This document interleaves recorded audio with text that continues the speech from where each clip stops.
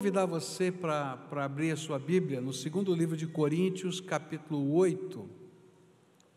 Nós temos estudado, a palavra de Deus sequencialmente aqui no livro de 2 Coríntios, e nós chegamos agora ao capítulo 8. Eu queria convidar você para que lêssemos juntos a partir do verso 1 em diante, onde a palavra do Senhor vai dizer assim, 2 Coríntios, capítulo 8, a partir do verso 1. Também, irmãos, queremos que estejam informados a respeito da graça de Deus que foi concedida às igrejas da Macedônia, porque no meio de muita prova, de tribulação, manifestaram abundância de alegria, e a profunda pobreza deles transbordou em grande riqueza de generosidade. Porque posso testemunhar que na medida de suas posses e mesmo acima delas, eles contribuíram de forma voluntária, pedindo-nos com insistência a graça de participarem dessa assistência aos santos. E não somente fizeram como nós esperávamos, mas pela vontade de Deus deram a si mesmos primeiro ao Senhor, depois a nós. Isso nos levou a recomendar a Tito que, assim como havia começado, também completasse esta graça entre vocês. Mas como em tudo vocês manifestam abundância, na fé, na palavra, no poder, em toda dedicação e em amor por vocês, esperamos que também nesta graça vocês manifestem abundância. Não digo isto na forma de mandamento, mas para provar se o amor de vocês é sincero, comparando-o com a dedicação de outros. Pois vocês conhecem a graça de nosso Senhor Jesus Cristo, que sendo rico se fez pobre por amor de vocês, para que por meio da pobreza dele vocês se tornassem ricos. E nisto dou a minha opinião, convém que vocês façam isto, vocês que desde o ano passado começaram não só a fazer, mas também a querer. Terminem agora a obra começada, para que assim como mostraram boa vontade no querer, assim também completem essa obra, dando de acordo com o que vocês têm.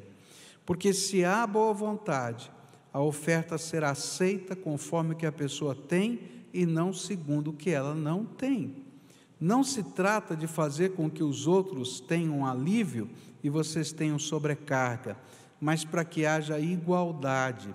E neste momento a abundância que vocês têm supre a necessidade deles, para que a abundância deles venha a suprir a necessidade que vocês vierem a ter. E assim haverá igualdade, como está escrito: quem recolheu muito não teve demais, e o que recolheu pouco não teve falta. Vamos orar a Deus?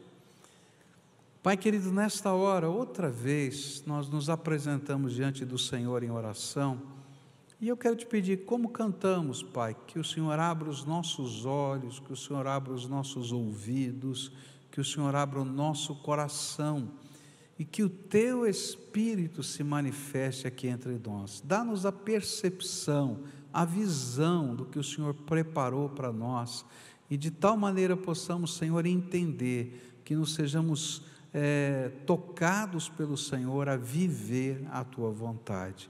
É aquilo que oramos no precioso nome de Jesus. Amém e amém, Senhor.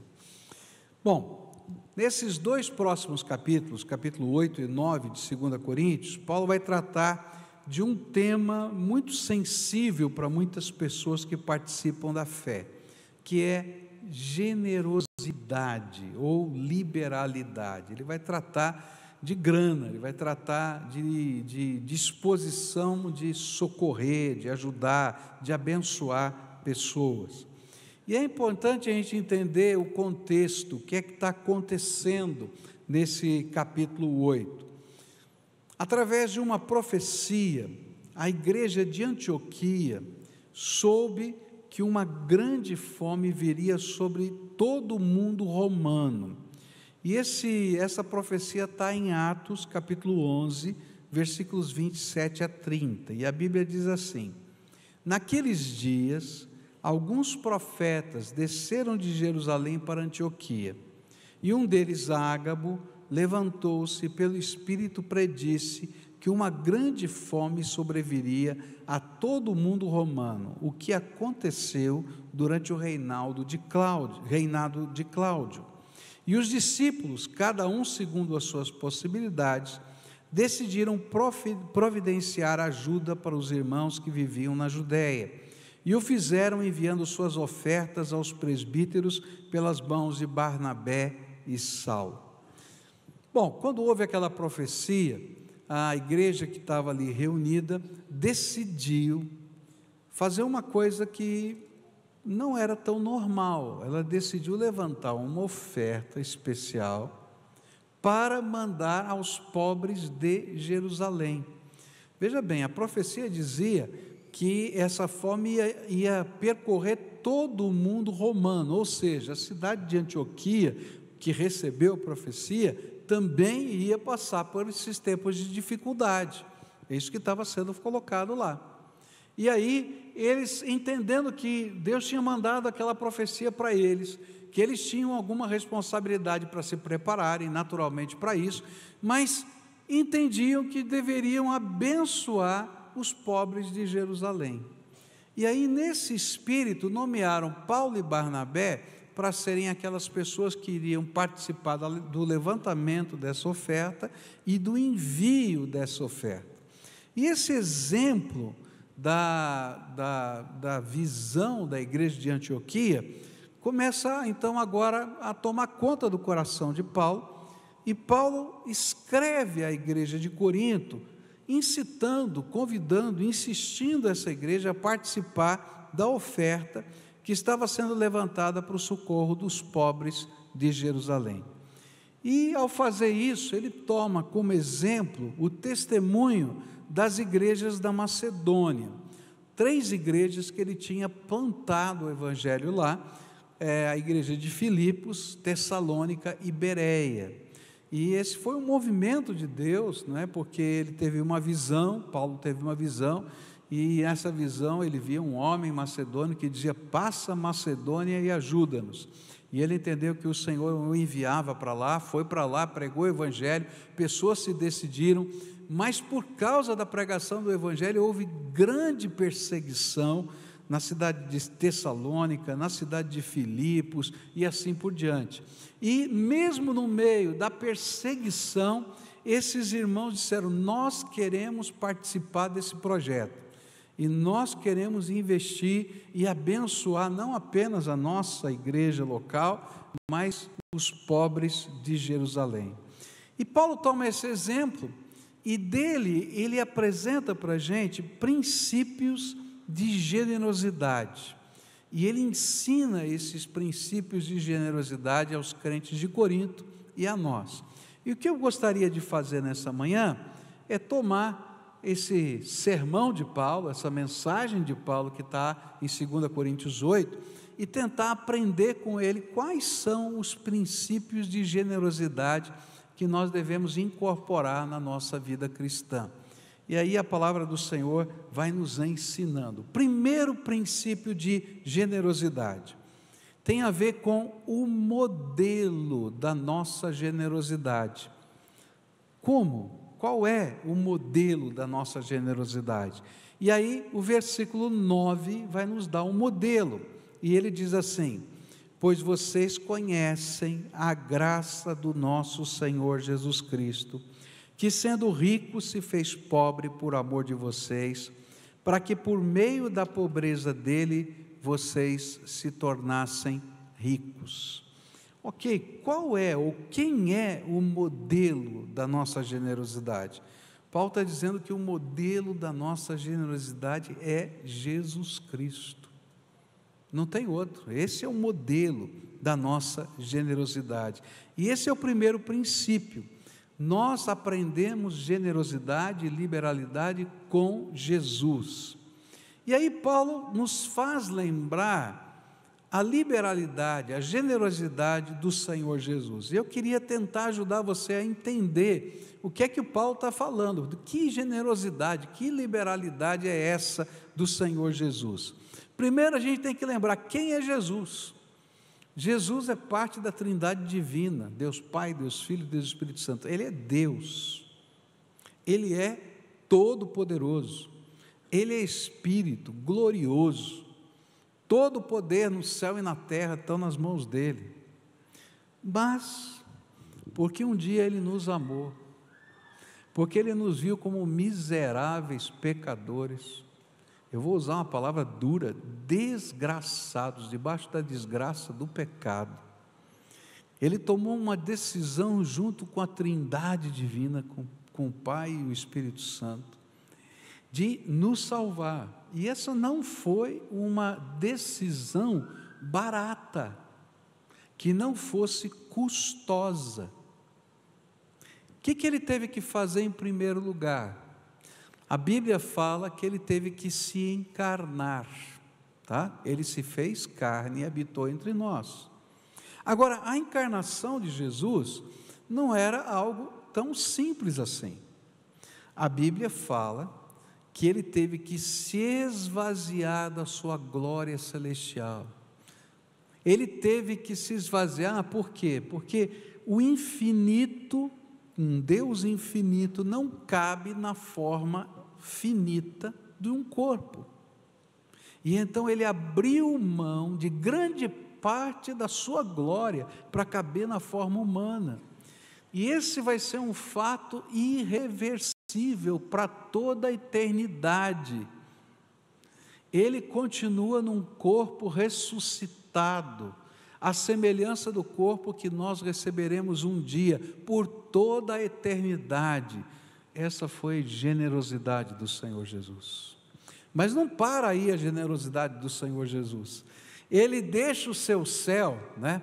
E eu fico imaginando, né? Você já imaginou você deixar a tecnologia da sua casa, né, para morar no meio da floresta, sem água encanada, luz elétrica, internet, telefone, né, máquina de lavar roupa, etc. Agora você imagina a tecnologia do céu. Eu não sei como é que é o céu, mas eu acho que é bem melhor, né? E Ele desce à terra para viver num mundo de 2000 anos atrás, nem é de hoje. E não para aí a generosidade do Senhor Jesus. Ele não somente faz isso, mas Ele sabe que para que a gente possa ser perdoado do pecado, Ele tinha que receber sobre Ele, na cruz do Calvário, todo o pecado da humanidade. E Ele então generosamente recebe sobre Ele a culpa de todo o pecado. E não para aí a generosidade do Senhor Jesus, porque o salário do pecado é a morte, não é? E morte não apenas física, mas espiritual. E Ele então desce ao inferno, ao Hades, no meu lugar e no seu lugar, para tomar das mãos de Satanás as chaves da morte e do inferno, e ressuscita ao terceiro dia, para que pudéssemos ter vida eterna e salvação. E Paulo está dizendo assim: você quer saber qual é o nosso modelo de generosidade? Olha para Jesus. É Ele que nos ensina o significado de generosidade. É dele que nós vamos aprender o conteúdo da generosidade ou da liberalidade cristã. Porque liberalidade em Cristo foi obra da graça. E por isso Jesus é o nosso modelo. E se nós formos alcançados pela graça de Deus, então nós temos muitas razões para imitar a liberalidade de Jesus para conosco e vivenciarmos essa generosidade. É interessante que a gente tem uma série de desculpas para não praticar a generosidade, né? A gente olha assim para algumas pessoas e diz: não adianta, o cara vai usar mal, ele vai desperdiçar a minha generosidade, o meu sacrifício. E eu fico pensando, quando a gente olha para Jesus como modelo e pensa na gente mesmo, quantas vezes você desperdiçou a generosidade do Senhor Jesus na tua vida? E se Ele agisse do mesmo jeito que você pensa? Eu estava conversando essa semana com o pastor Daniel Eiras, que está nos ajudando no projeto da Cristolândia, aqui em Curitiba, e e ele comentava, né?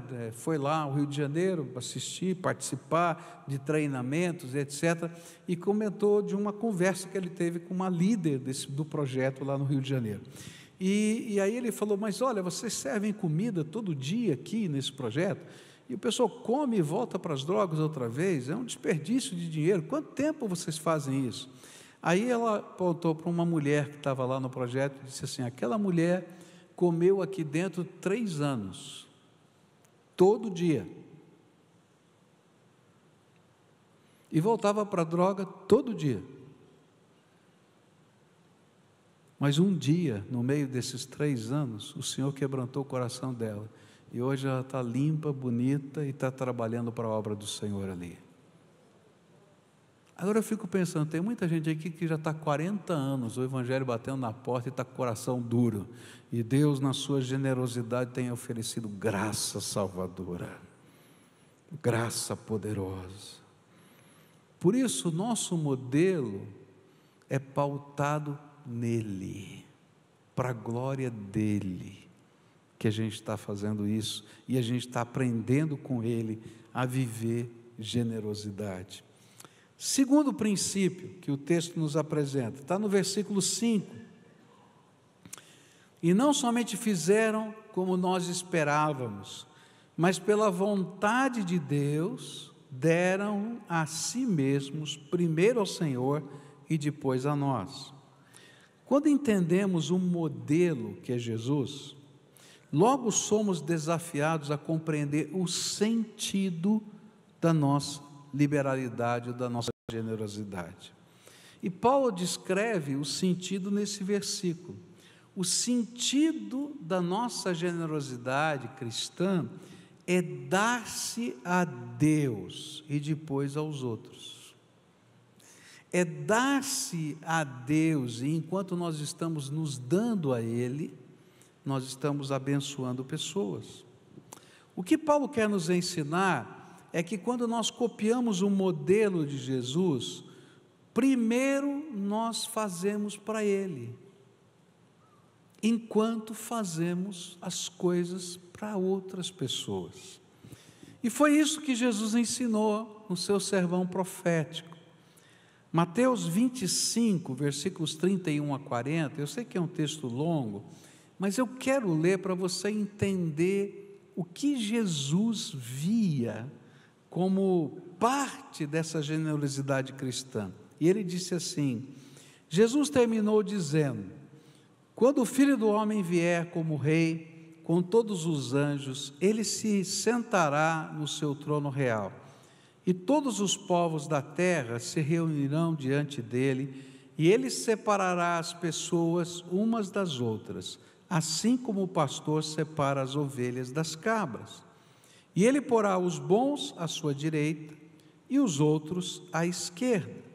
E então o rei dirá aos que estiverem à sua direita, venham vocês que são abençoados pelo meu Pai, venham e recebam o reino que o meu Pai preparou para vocês desde a criação do mundo. Pois eu estava com fome e vocês me deram comida, estava com sede e me deram água, era estrangeiro e me receberam na sua casa, estava sem roupa e me vestiram, estava doente e cuidaram de mim, estava na cadeia e foram me visitar. E então os bons perguntaram, Senhor, quando foi que o vimos com fome e lhe demos comida, ou com sede e lhe demos água? Quando foi que vimos o Senhor como estrangeiro e o recebemos na nossa casa, ou sem roupa e o vestimos? Quando foi que o vimos? Quando foi que vimos o Senhor doente ou na cadeia e fomos visitá-lo?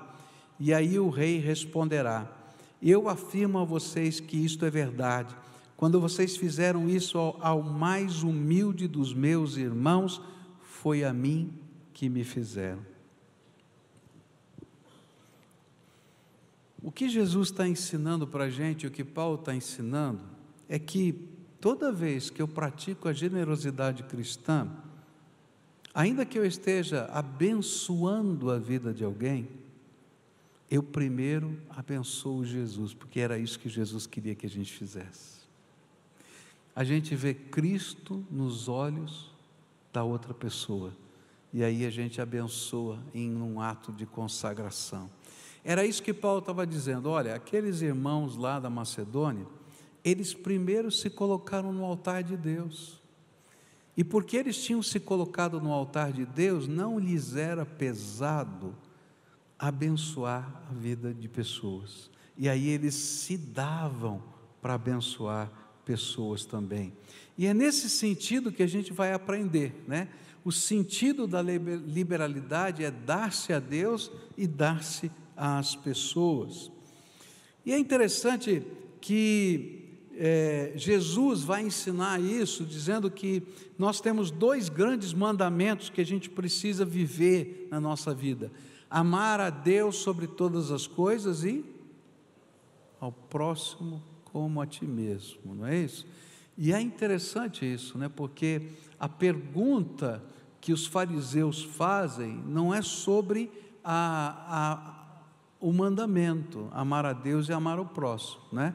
A pergunta que os fariseus fazem para Jesus é: quem é o meu próximo? Interessante. Não é se eu tenho que amar ou não, mas assim, eu vou separar, então quem é o meu próximo? E aí Jesus dá um nó na cabeça daquele povo, dizendo que o próximo era o samaritano, que eles odiavam e nem reconheciam como gente, eles eram considerados gentalha, gentios. Então ele dizia: não, esse aqui foi o próximo, não é? Mais do que um sacerdote tinha sido próximo, mais do que um levita tinha sido próximo, para dizer para a gente que o próximo é aquela pessoa que Deus coloca no meio do nosso caminho e que nós podemos fazer diferença na vida dessa pessoa. E a gente faz para Deus em primeiro lugar. E quando a gente está fazendo para Deus, as coisas começam a acontecer de uma maneira tremenda e transformadora na vida daquela pessoa e na nossa própria vida.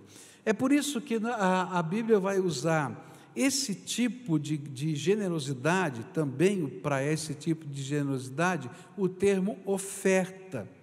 A gente dá ofertas, não é? E é interessante porque no Velho Testamento, a palavra oferta, ela não significava simplesmente você pegar um dinheiro e colocar lá no gasofilaço, na caixa do templo, tá? Ainda que pudesse significar isso também. Mas as ofertas, elas eram, por exemplo, aquele animalzinho que era queimado no altar, não é? Aquela farinha que era queimada no altar, aquela oferenda de azeite ou vinho que era queimado no altar, que era derramado sobre o altar. E essa era a ideia que ficava na mente do judeu: toda oferta é derramada sobre o altar. Cada vez que nós estamos usando de generosidade para com pessoas, nós estamos exercitando algo que colocamos sobre o altar para a glória de Deus, fazemos para Jesus e abençoamos pessoas. E esse é um desafio prático da nossa vida. E aí eu diria para você: olha, como é que a gente começa esse processo? Eu diria assim: comece com o seu dízimo, porque o dízimo é o mínimo que um cristão deveria viver ou dar. Por quê?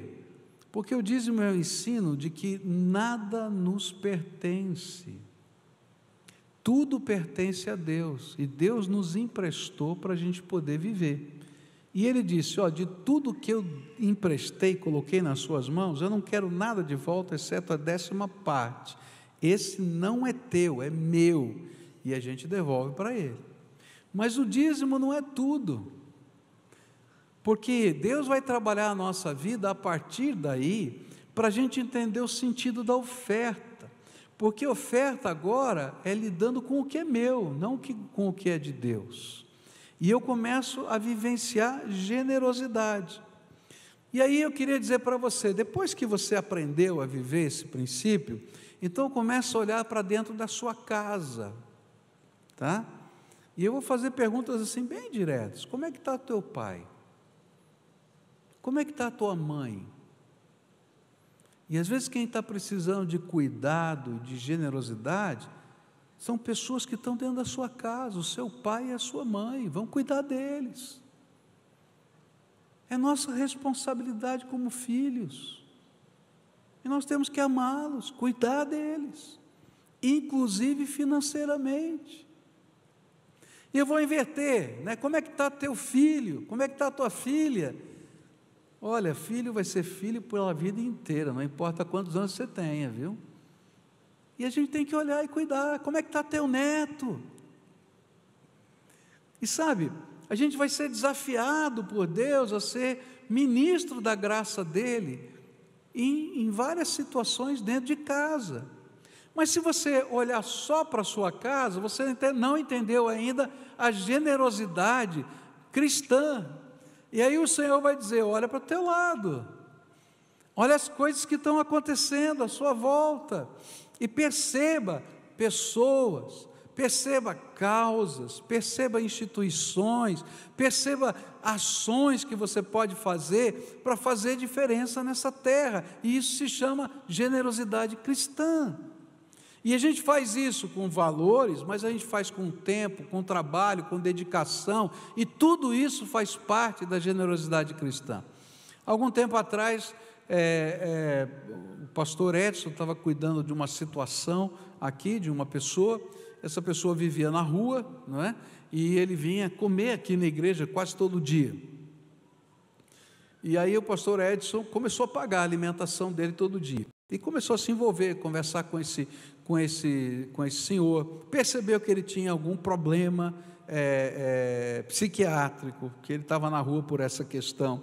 Começou a trabalhar nesse contexto, e aí uma advogada aqui da igreja se envolveu nessa questão, e estudou o caso dele, conseguiu laudos da doença que ele tinha, conseguiu um benefício do INSS, mas esse benefício do INSS, para ele poder receber, ele tinha que ter um curador, tinha que ter alguém que cuidasse dele. Aí fomos falar com o irmão dele disse que não queria saber desse assunto, e já tinha se incomodado demais, já tinha dado muita briga, que ele não ia mexer nesse assunto.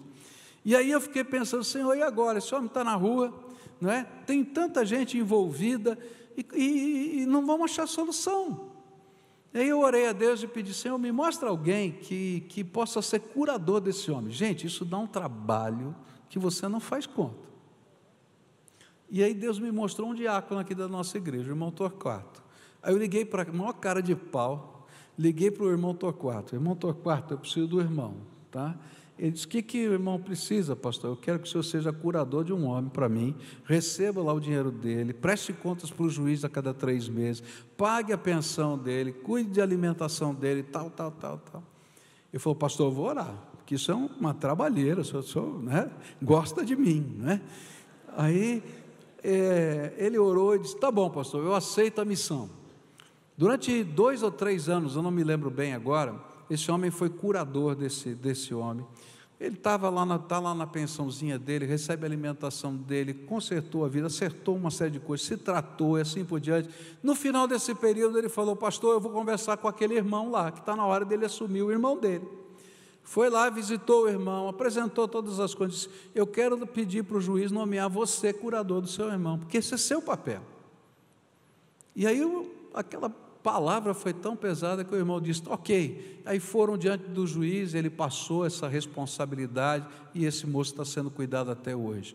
Queridos, tudo isso é generosidade, generosidade de quem pagou a comida, generosidade do advogado que fez a ação, generosidade do irmão que foi curador. Eu acho que esse foi o mais generoso, porque você não imagina, era mais fácil dar uma oferta. Mas isso é generosidade cristã. Quando a gente entende que nós estamos agindo para Deus, para a glória de Deus, cuidando de gente que Deus ama, para fazer diferença nessa terra. E quando a gente começa a viver isso, a gente se torna a boca de Jesus nessa terra, as mãos de Jesus nessa terra, os pés de Jesus nessa terra, e a gente faz diferença.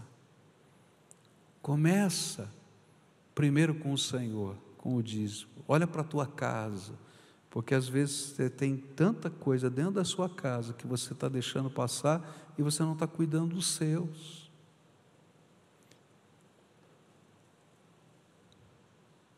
Depois, olha ao redor, porque Deus quer te usar. E às vezes, nesse usar, Deus vai usar uma rede de pessoas, não é um só. Eu gosto de fazer parte da comunidade cristã por isso, porque a gente tem uma rede de pessoas. E é tão gostoso a gente ver os ministérios florescendo aqui na vida da igreja, porque é uma rede de gente que está apaixonada, porque Deus toca o coração, e a gente se envolve, e quando a gente vai ver, milagres de Deus estão acontecendo, e a gente nem consegue entender como esses milagres de Deus vão acontecer, porque na economia de Deus acontecem coisas extraordinárias.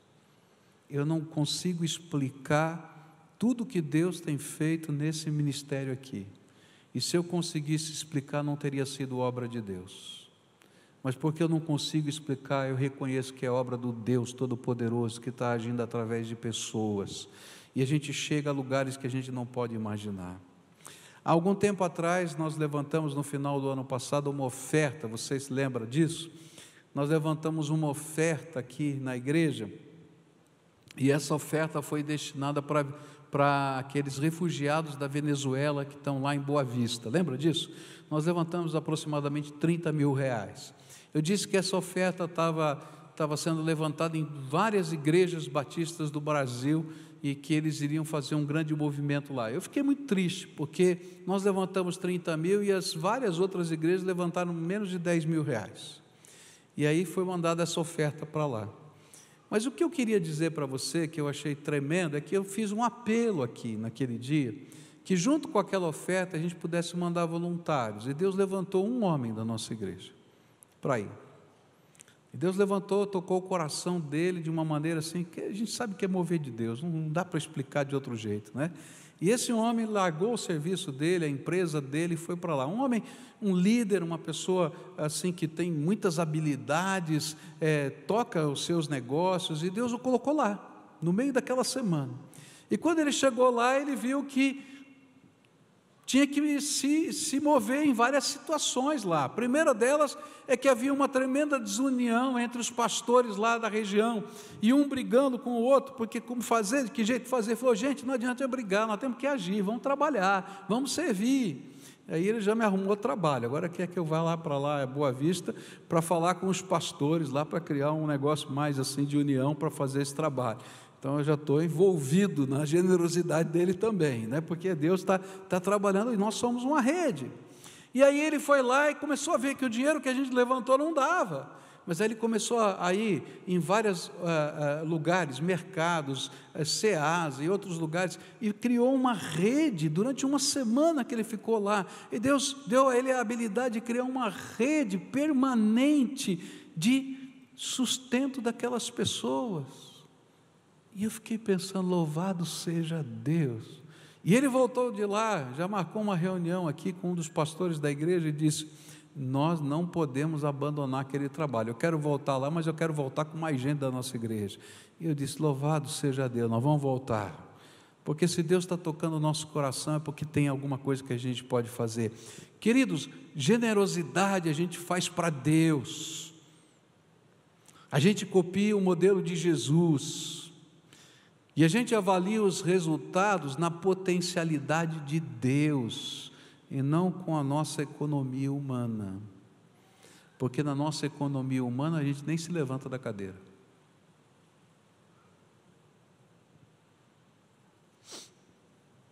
Eu me lembro da visita que eu fiz a um prefeito há muitos anos atrás aqui da cidade, e quando a gente falou das crianças de rua, dos homens de rua, ele disse assim, eu não vou fazer nada por essa gente, porque isso aí é enxugar gelo, não vai resolver nada. Eu quero dizer para vocês que daqui a pouco, quando a gente começar essa Cristolândia aqui, já temos do Ceifar, mas quando a gente começar a Cristolândia, você vai ver um monte de gente vestindo umas camisetinhas amarelinhas aqui, você vai dizer, Deus está fazendo diferença nessa terra, viu? E eu vou precisar de você para ensinar a profissão, vou precisar de você para me ajudar lá a construir os lugares, vou precisar de você, porque isso é generosidade cristã, é a gente praticar a obra de Deus, o amor cristão na sua extensão mais clara, mais factível, visível. E enquanto a gente faz isso, Deus abençoa. Deus abençoa. Terceira,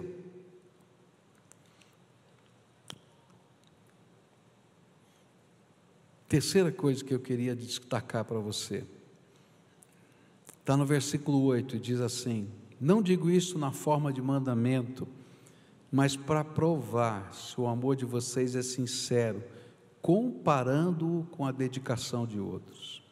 O terceiro princípio que Paulo nos apresenta é que generosidade, liberalidade, é um teste divino para que possamos avaliar o nosso amor a Deus. Paulo, nesse verso, está comparando a relutância da igreja de Corinto em participar desta oferta e a disponibilidade insistente das igrejas da Macedônia, que mesmo em meio à grande luta, viam como privilégio participar da obra de Deus. E ele afirma que isso era um teste de amor sincero. Então, cada vez, presta atenção, que Deus te colocar diante de uma situação que requer de você generosidade, seja financeira, seja de tempo, seja de dedicação, de investimento de vida, porque generosidade envolve muitas coisas. Lembra que Deus está dizendo: você me ama? Ou quanto você me ama? Ou até que ponto você me ama? E é interessante porque esse teste não é para Deus saber. Você acha que Deus precisa saber de alguma coisa? Ele já sabe. Ele conhece o nosso coração melhor do que você e eu. É para que eu saiba como é que está a minha vida. É interessante que Jesus vai dizer: nem todo aquele que me diz Senhor, Senhor entrará no reino dos céus. Tem muita gente dizendo Senhor, Senhor, mas que não vive a essência do cristianismo, compromisso com Deus em primeiro lugar, e dedicação ao ministério, à obra de Deus, como consequência desse compromisso com Deus. A gente serve a Deus e a gente serve pessoas. Queridos, e eu não preciso de um mandato religioso para fazer isso.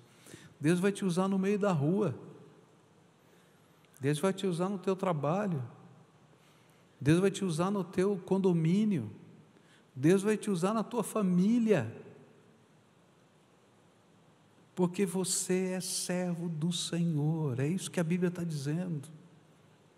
E cada vez que você entrar em conflito, aprenda. O que eu tenho aprendido na minha vida é que quando essas coisas acontecem comigo, eu dobro o meu joelho para orar e digo: Senhor, o que tu queres de mim?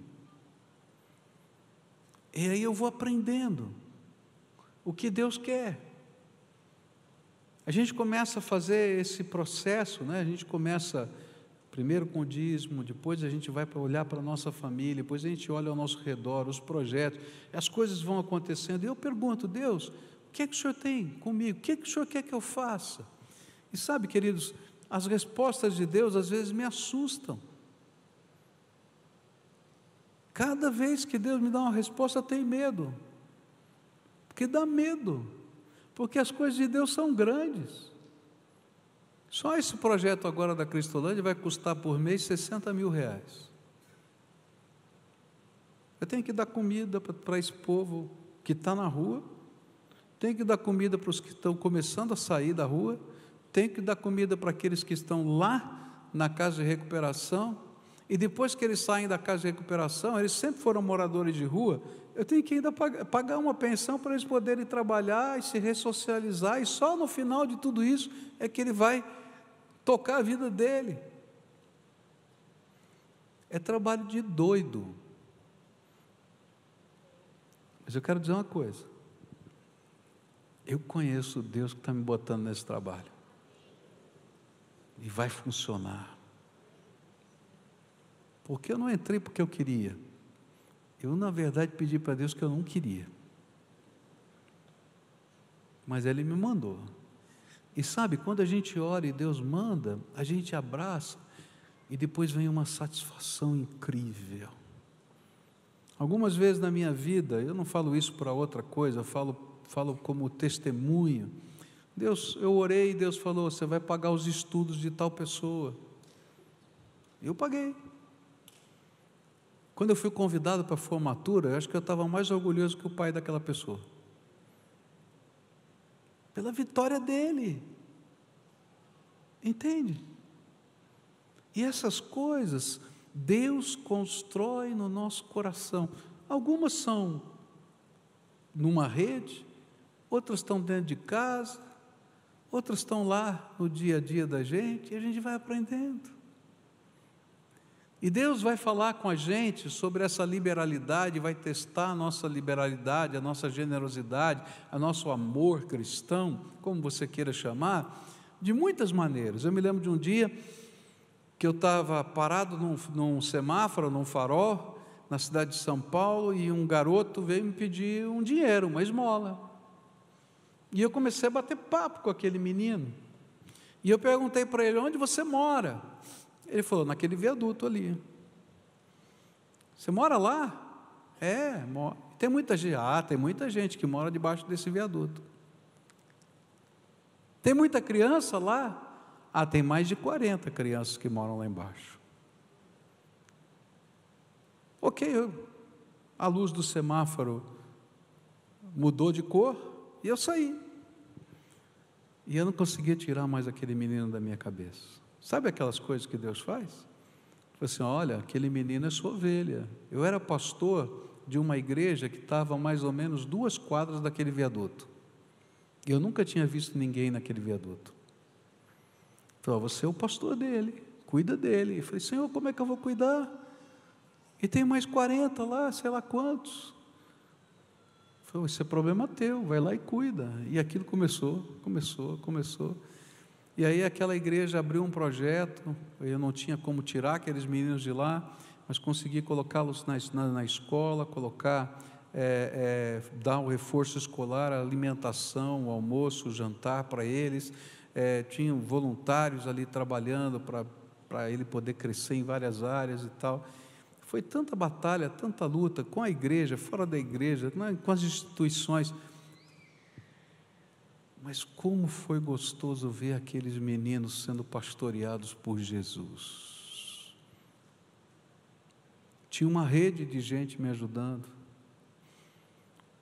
Não tinha dinheiro para comprar nada, mas os irmãos davam a comida para mim. Eu não tinha cozinheiro, as mulheres cozinhavam e congelavam a comida em casa e mandavam, eu esquentava no banho-maria na igreja. Mas nunca ninguém passou fome. Sabe, quando a gente entra na dinâmica desse amor de Deus, dessa generosidade de Deus, modelo Jesus, a gente se dá para Jesus, a gente faz para Jesus fazendo para Ele, a gente vai ser impactado, e esse impacto faz diferença na nossa vida, e essa é uma graça que Deus derrama sobre nós, é um teste sobre nós. E é tão bonito de ver, porque isso não depende da gente ter ou não ter, isso tem a ver com o que somos. Tem uma senhora que já faleceu, membro da nossa igreja, de uma congregação, morava numa casinha de madeira, e um grupo de irmãos foi levar uma cesta básica para ela, que estava passando necessidade. E quando chegaram lá, ela pegou, convidou todo mundo para entrar na casa dela, os irmãos chegaram, ela convidou para entrar na casa dela, abriu a cesta básica e começou a separar: aqui tem muito arroz para mim, esse arroz, metade dele vai para fulano de tal aqui do lado. Aqui tem leite, ciclano tem um nenê, eu vou dar esse leite para essa pessoa.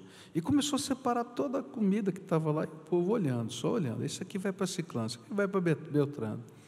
Aí tinha uma lata de pêssego em calda, daí chamou toda a família, mas os irmãos que estavam levando lá, abriu a lata de pêssego, como não dava uma metadezinha do pêssego para cada um, ela cortou a metade na metade, e deu um pedacinho para cada um: vamos comer tudo junto aqui e vamos celebrar.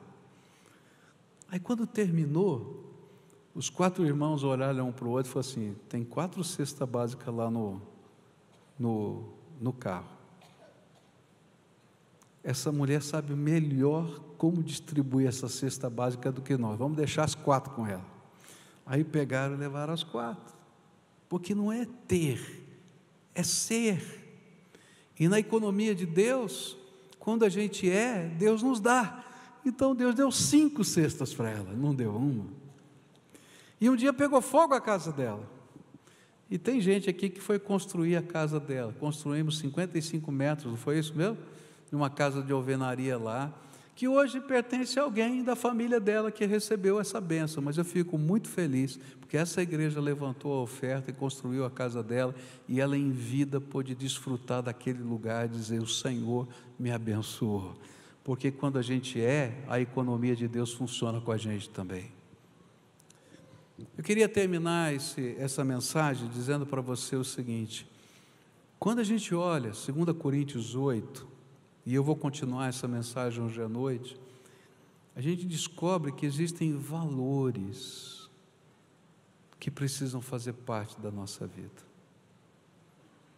Olha para a generosidade de Jesus na tua vida. Quantas orações Deus já respondeu para você? Como Deus é bom, queridos. Quando você é bom com outras pessoas, primeiro você está sendo generoso, ou gracioso, ou cheio de gratidão a Deus, por isso você se coloca no altar, e Deus diz: você quer mesmo me agradar? Então abençoa outras pessoas, e eu vou te usar para isso. E a gente vai lá e faz isso. Em alguns momentos ele diz: você me ama mesmo? Posso testar? E aí ele coloca situações para que a gente exerça generosidade.